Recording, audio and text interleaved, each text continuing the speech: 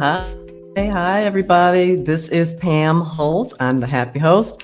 I'm the co founder of the Happy Host Academy, and I am live. Hopefully, if you can hear me, please let me know because everything here is new, my mic, my lights, my camera, and I'm hoping that it's all working, but the tech is real. So let me know if you can hear me okay, because I am here. Well, first of all, let me just tell you, I've got to be the most reluctant podcast host ever. This is not something I want to do. It has taken me a long time to get here. I have had every excuse possible. I didn't want to do this because, my dog might start barking, or, my hair hasn't grown out yet, or, just every excuse. My tech's not going to work. That's still possible. But I've got something to share with you, and I couldn't figure out any other way to get it to you. I tried to sit in my house and wait for you to just walk by, and then I could just kind of run out and grab you and tell you about it, but you didn't come. And I dinked around a little bit on social media trying to give you some hints and some clues. Not enough of you were following me, so I had to come to you, and because you need to know what I know. You need to be able to host guests in your home while you travel the world, and they pay for your expenses. That's what I do. That's the lifestyle I have now. I've been doing it for this way. I've been doing it for about 7 years. I'm going to show you some examples of how I do it, let you know how you can do it, and hopefully you'll return week after week. You'll pick up more tips because I'll have industry leaders coming on to talk to you about how to do it.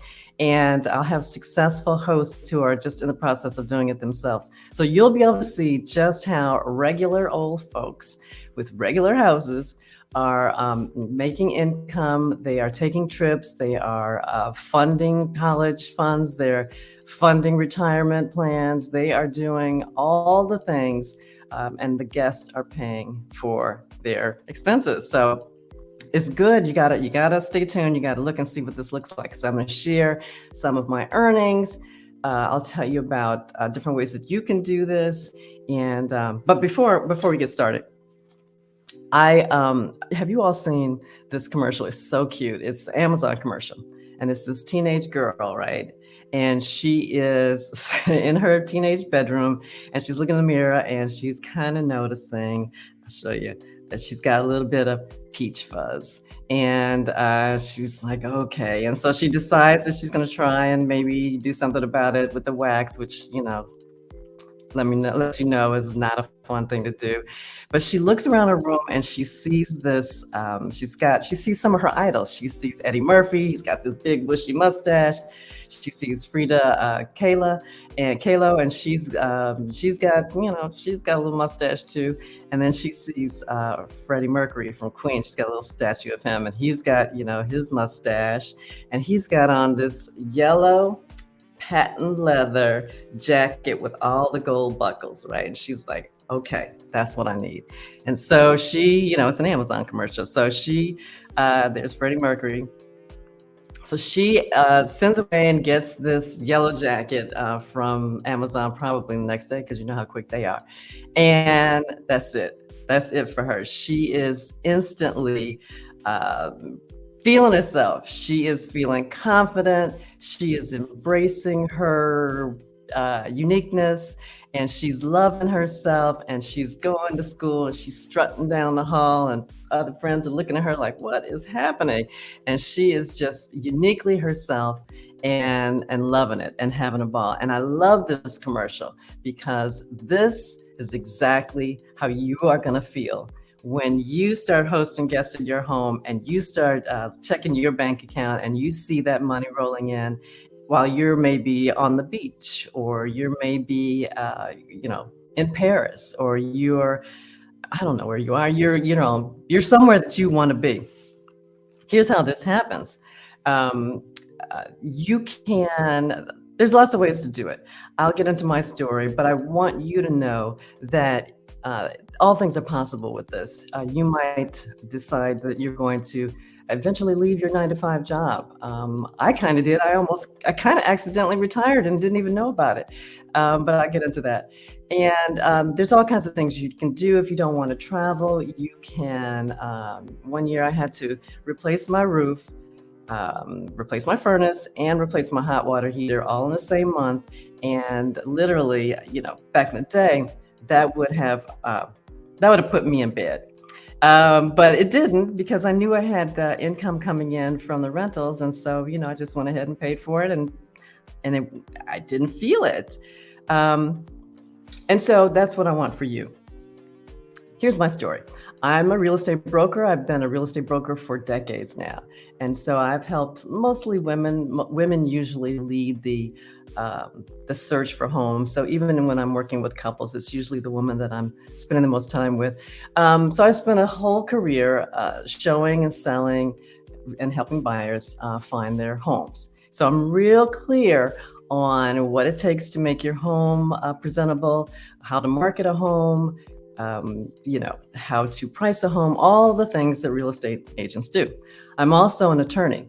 And so when it comes to the contracts, and people are always worried in a short-term rental kind of situation, do I have a contract? Am I going to be okay? Is something going to happen? Am I protected? So I got you covered on that. And now I'm a host. And I've been hosting. Well, I've had a rental in my family since the 90s, and we hosted every now and then, but nothing serious. I got real serious with it kind of accidentally about 7 years ago, and I have not looked back. I'm the author of a couple of international bestsellers.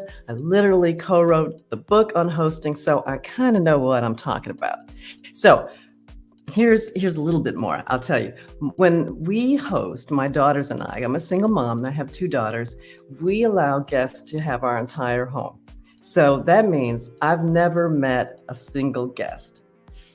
When they come to my home and they access the house through a remote lock, I'm on a plane, and I'll show you some of the places that my daughters and I have been able to go.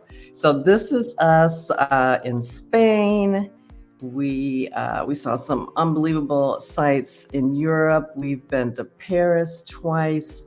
We went to the south of France, where we went to Cannes and Monte Carlo and Nice. We have been to Mozambique. We've been to places that I couldn't spell. We went to Vilanculas, which is off of Mozambique, and it was fantastic. And let me just tell you, before I was private school bound, mortgage bound, making sure there's no student loans and paying my bills. I'm paying my bills, Pam. That's who I was.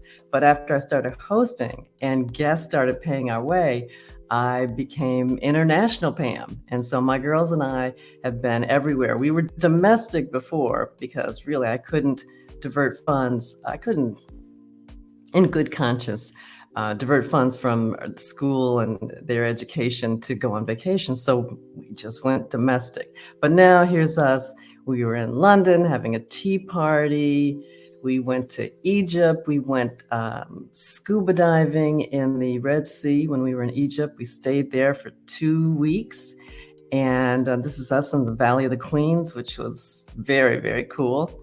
This is us scuba diving. We've been to Mexico scuba diving. We went to Johannesburg. This is Soweto.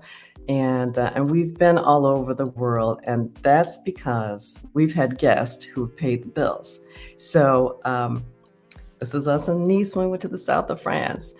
So let me just let you know what kind of money is possible, because you might be thinking, well, it's a home. How much can it really be? I'm only able to host my home during my kids' vacations because, of course, they go to school. We live here. We can only do it during the summer. Sometimes they have spring break and fall breaks. And so during those times, we're able to host guests. But it's not a full year. It's not 12 months by any means. It's only when we can have time off to go somewhere else and travel. So here is just an example of a year where you can see it's concentrated on the summer months. We did maybe a week or so for her spring break, one of my youngest daughter's spring break.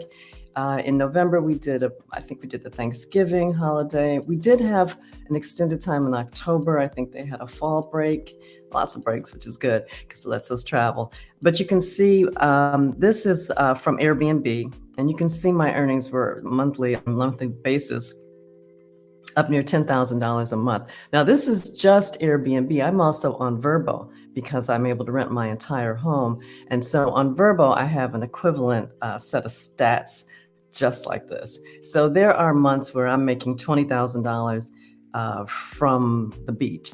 I am literally, using my phone as my office, and I am working, welcoming new guests, changing the locks after the guests leave, contacting my cleaning service. I'm doing all that remotely while guests continue to come and visit. I continue to get direct deposits, and it's a beautiful thing. So, like I said, I've been a real estate agent for a long time. Now I focus on teaching women to learn to maximize the potential of their biggest asset, which for most of us is our home. And so, what can this look like for you? There's lots of ways to do this. I rent my entire home, but you might have in Chicago, we call it a walkout basement. You might have a separate basement space, or maybe you have an attic that's just storage right now that you could convert to a living space, or maybe you have space over your garage or an in-law apartment, they call it in some places, duplex. You have one unit is available. Maybe you have a coach house, or maybe you're downsizing. Maybe you have this big house, but you want something smaller now. But you don't want to get rid of your big house. Why would you? You probably have equity in it, and you don't build wealth by continuing to sell off your assets. So if it's an asset you want to keep, think about hosting guests. And I now focus on teaching women to do this very thing. And so I have the Happy Host Academy. We get together. I'm teaching in the academy live all the time. I'm giving instruction. I'm giving examples of contracts. I have the experts come in and speak. And as a community, we learn to live our biggest, boldest lives. So I'm going to show you an example, but before I show you the examples, some of the before and afters, because who doesn't love before and after? I want you to know that if you don't feel comfortable hosting guests in your home on an overnight basis, think about day rentals. Think about maybe having a media production in your home. I did this one time. I had, there's a Chicago version of one of, I think it's a Lifetime or it's VH1, a VH1 show. And they came in and shot an episode in my house, and they were there for 5 days. And so at the end, and they're only there from 8 to 4, they don't work longer than that. And so in the evenings, my house was empty. And so I could have stayed there if I wanted, but I was staying somewhere else. So think about, can a film crew come in? Can you do photo shoots? Can you host photo shoots in your home? Do you have a great kitchen where, it could easily look like a kitchen of a family that's on TV? Can you do events? Can you host wedding showers or baby showers?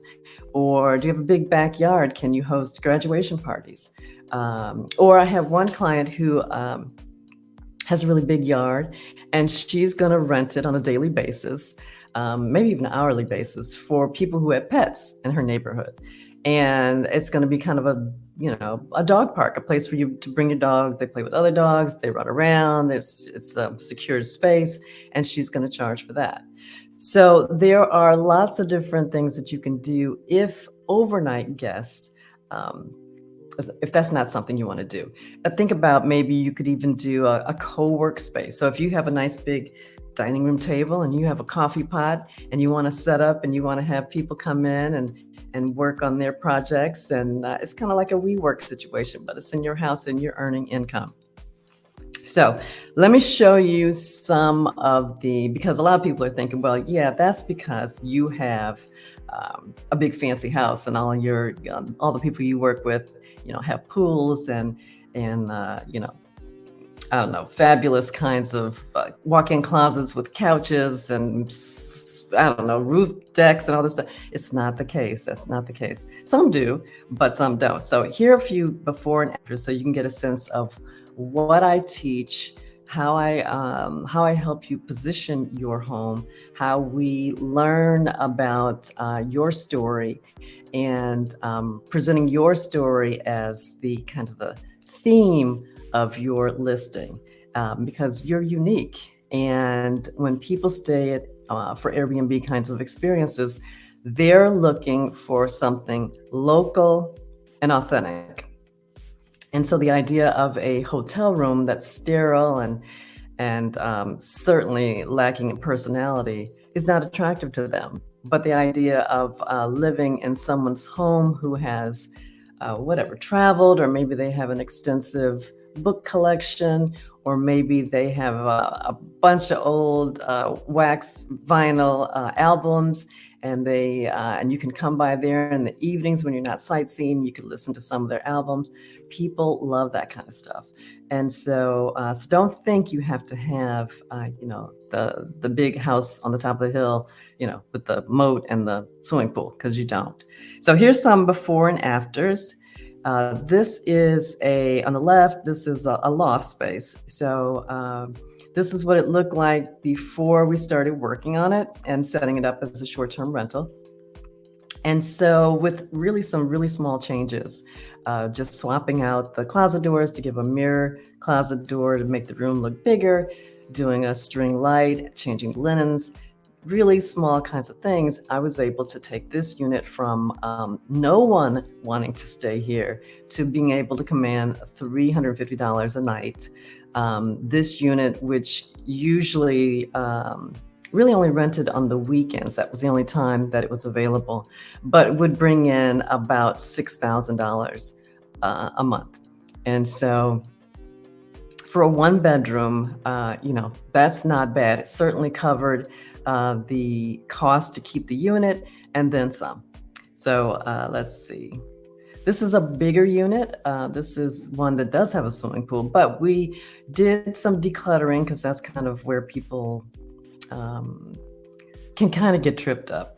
What do I do with all my stuff? Where do I put my valuables? Where do I put all of my not so valuable stuff? Where do I store it? So in this space, we took some things out, we put some things in the garage and stored them. We rearranged some things, and we took this media room and made it into something that is attractive to guests. Now this is a space, this is pretty dramatic.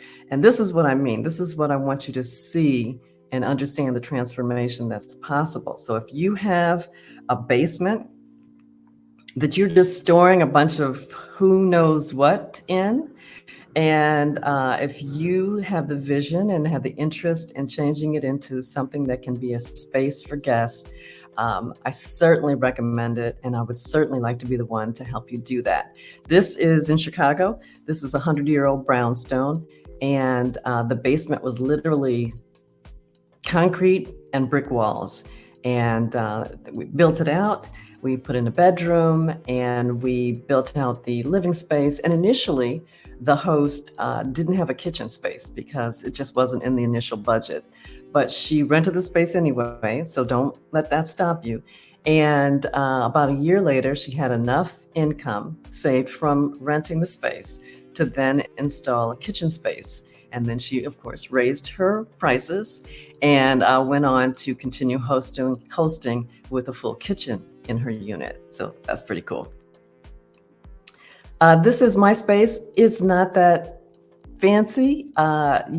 It's got a good location, and I've done some things to enhance it for guests, but I just want you to know you don't have to have a perfect space. You don't have to have, the best house on the block.